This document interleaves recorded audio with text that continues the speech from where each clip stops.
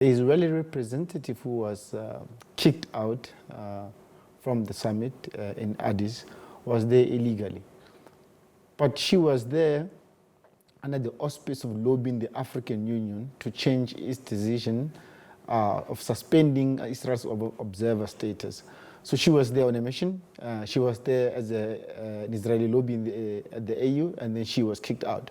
So of course, the claims that South Africa is behind this and Algeria behind this are ludicrous, as the Minister of Foreign Affairs in South Africa says, Alie Komape. She says they are demeaning and they're insulting simply because they have better things to do as foreign ministries and diplomats than to care about kicking out an Israeli delegate. What they're right about, though, is that South Africa and Algeria led the charge when Israel was given an observer status in 2021 by unilateral decision by the chairman. After that decision was taken, Algeria and South Africa led the charge against Israel to kick them out of the AU. On that note, they are right. But as the Minister of Foreign Affairs in South Africa says, it's insulting, it's ludicrous, it's demeaning to suggest that top diplomats like herself really care about low-level diplomats like the one of Israel who was kicked out of the AU.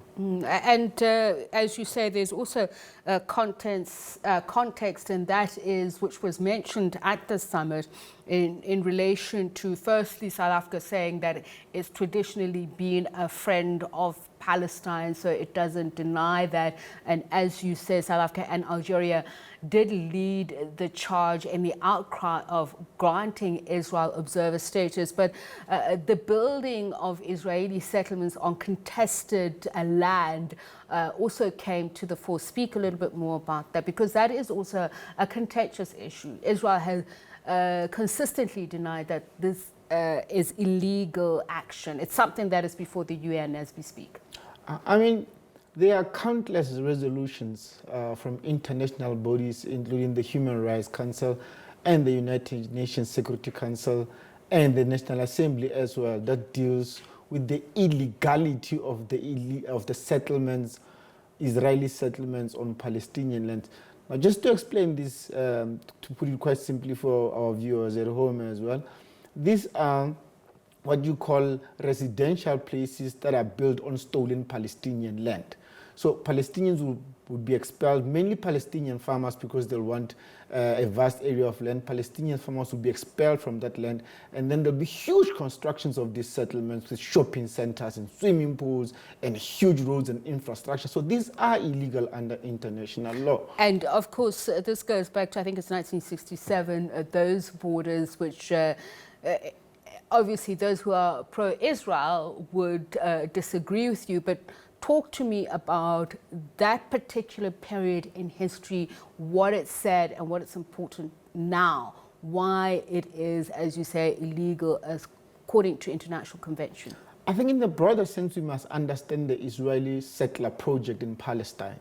In 1948, when Israel was established, and I think this is very important for people to know that the state of Israel is not historic. It's fairly young. It was established in 1948 on Palestinian land.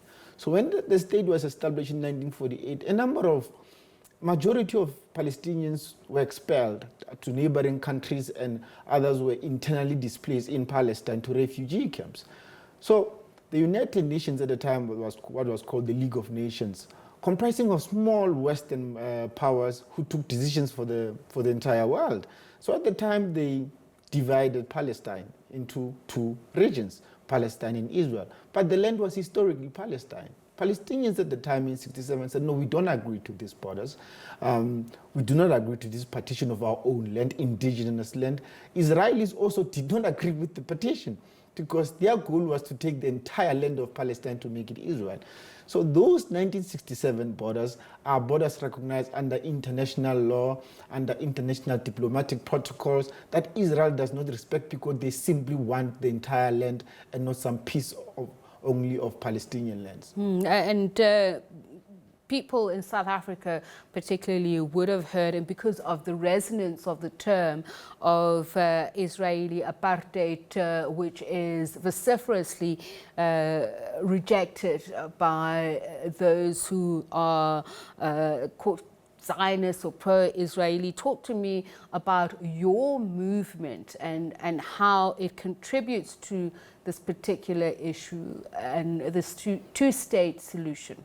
I mean, on the question of apartheid, we would like to look at it on two fronts. On the first front is that we would like to trust the words of those who have experienced apartheid, especially South Africans, more especially South African freedom fighters who were in exile, who were jailed in South Africa.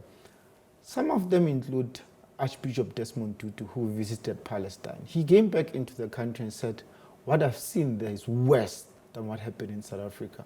The former Speaker of the National Assembly, Frene Ginwala, went to Palestine, came back and says, the ghettos there are worse than what we've seen in South Africa. Kgalema Motlanthe, the former president of this country, went to visit Palestine, came back and said, oh my goodness, what I've seen is much, much worse than in South Africa. That's on the first front. On the second front, we would like to trust international human rights bodies that deal primarily with the structures of oppression. The International Human Rights Organization, Human Rights Watch, recently released a report saying Israel is guilty of the crime of apartheid. Amnesty International recently just found Israel guilty of the crime of apartheid. Good enough for human rights activists all over the world, an Israeli human rights organization. This is an organization comprising of Israeli Jews. They said what we live in is an apartheid. So we look at it on these two fronts and we find these facts indisputable, of course.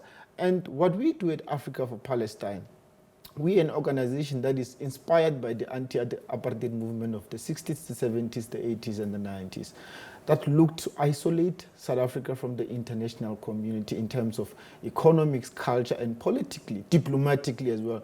So part of the work that we do as Africa for Palestine, particularly on the African Union issue, is to isolate apartheid Israel in the African continent.